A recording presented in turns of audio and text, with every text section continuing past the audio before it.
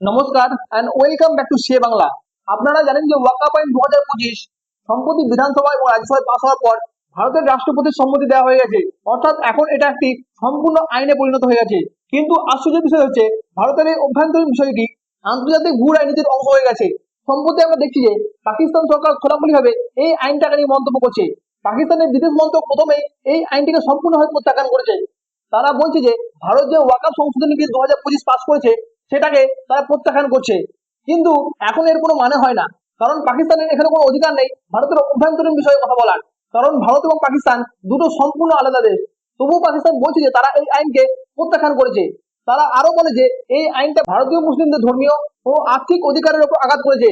তাদের যদি সম্পূর্ণ বিবৃতি দেখা হয়, তারা বলছে যে মসজিদ এবং ধর্মীয় স্থানগুলি এই আইনের দ্বারা প্রভাবিত হবে। কিন্তু আমরা দেখছি যে সাম্প্রতিক বছরগুলিতে ভারতের বিভিন্ন রাজ্যে এই ওয়াকাফ বোর্ডের দুর্নীতির অভিযোগ উঠছে।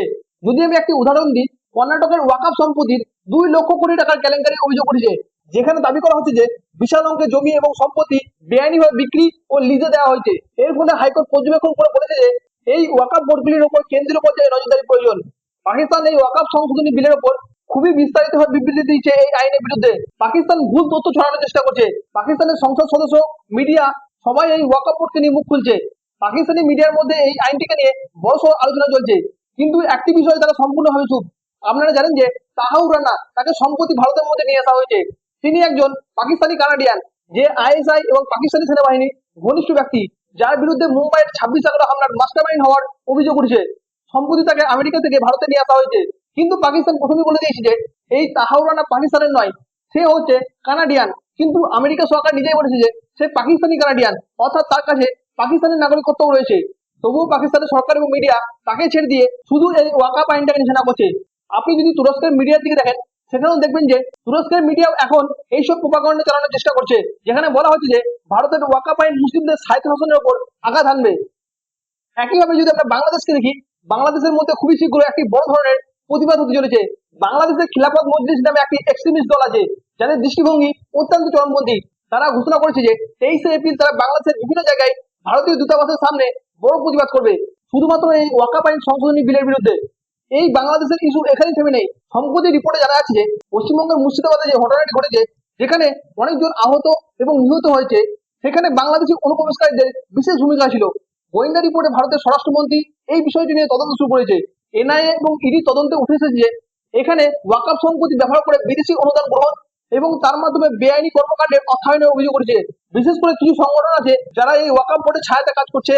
তারা আন্তর্জাতিক ইসলামের চ্যারিটি থেকে অর্থ সংগ্রহ করে এবং তারা কাশ্মীর এবং দক্ষিণ ভারতের কিছু বিচ্ছিন্নবাদী গোষ্ঠীকে সাহায্য করছে বলে অভিযোগ করা হচ্ছে।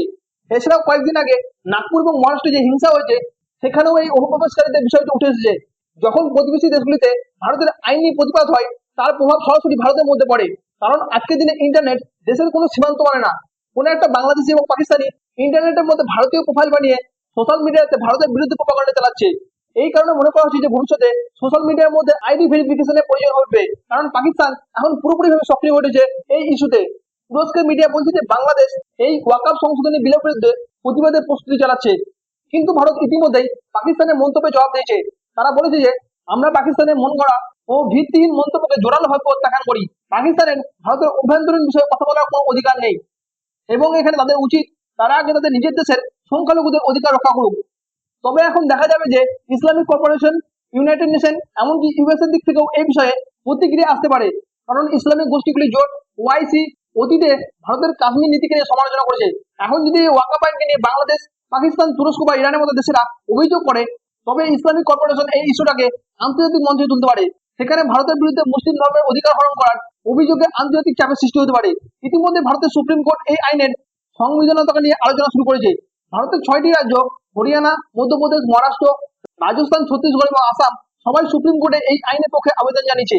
এই রাজ্যগুলো বলেছে যে এই ওয়াকাফ সংশোধনী আইন তাদের জমি সংরক্ষণ এবং সমস্যাগুলি সমাধান করবে। সম্প্রতি খবর অনুসারে জানা যাচ্ছে যে উত্তরাখণ্ড এই তালিকার মধ্যে যুক্ত হয়েছে।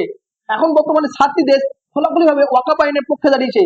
এই ওয়াকাফ সংশোধনী আইন নিয়ে বিরোধী দলগুলো অভিযোগ করছে যে এই আইনটা মুসলিম সমাজে ধর্মীয় ও সামাজিক অবকাঠামোকে দুর্বল করার উদ্দেশ্যে তৈরি করা হয়েছে। বিশেষ করে পশ্চিমবঙ্গ, কেরালা, উত্তরপ্রদেশের রাজনৈতিক দলগুলো এই আইনটিকে ভোট ব্যাংকের রাজনৈতিক অস্ত্র হিসেবে ব্যবহার করছে। সুতরাং এই ওয়াকাফ আইন আন্তর্জাতিক ও জাতীয় পর্যায়ে প্রচুর বিতর্কের বিষয় হয়ে উঠছে।